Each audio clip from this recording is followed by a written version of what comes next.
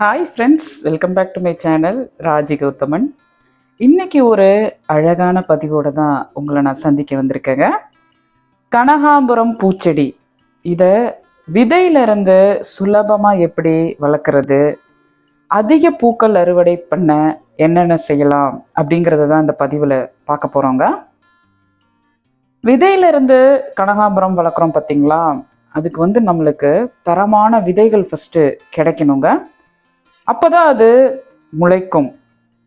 பல்லாவரம் சந்தையில் நாற்றுகளாக இந்த கனகாம்பரம் நான் வாங்கிட்டு வந்தேங்க, வேரோட. அது ஒரு மழைக்காலம்னு நினைக்கிறேன்.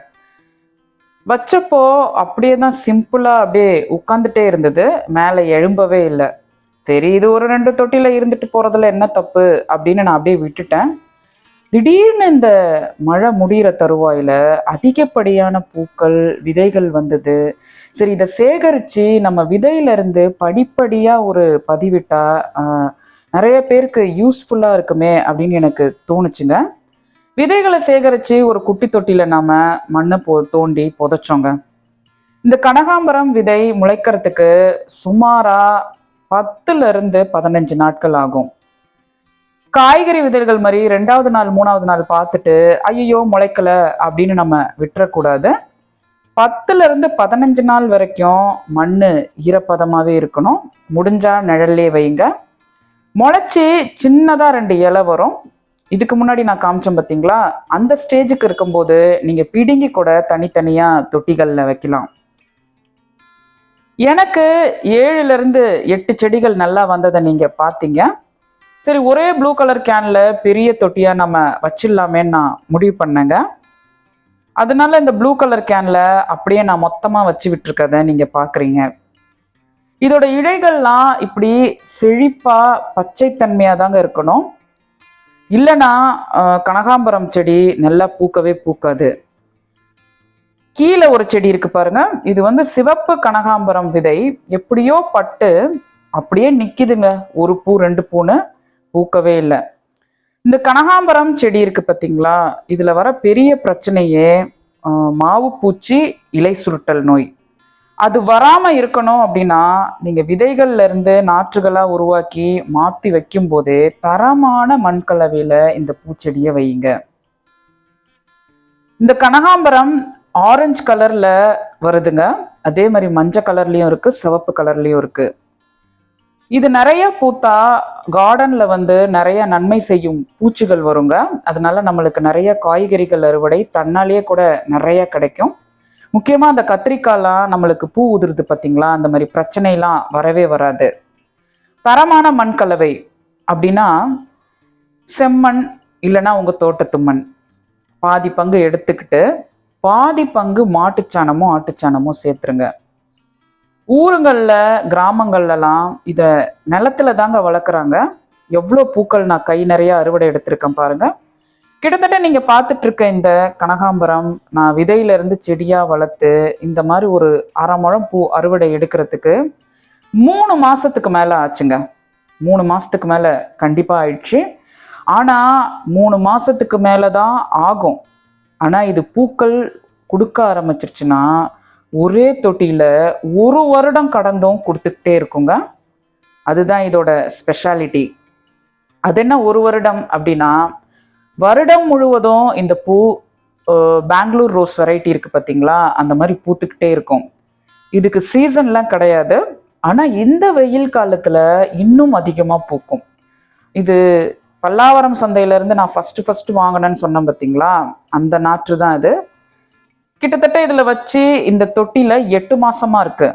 இதுலேருந்து நான் எடுத்த விதைகள் மூலியமாக தான் ஒரு ப்ளூ கலர் கேனுக்கு முன்னாடி நீங்கள் பார்த்தீங்க பார்த்தீங்களா, இதுக்கு முன்னாடி அதில் வச்சு நான் வளர்த்து அவ்வளோ பூக்கள் அறுவடை எடுத்தேங்க.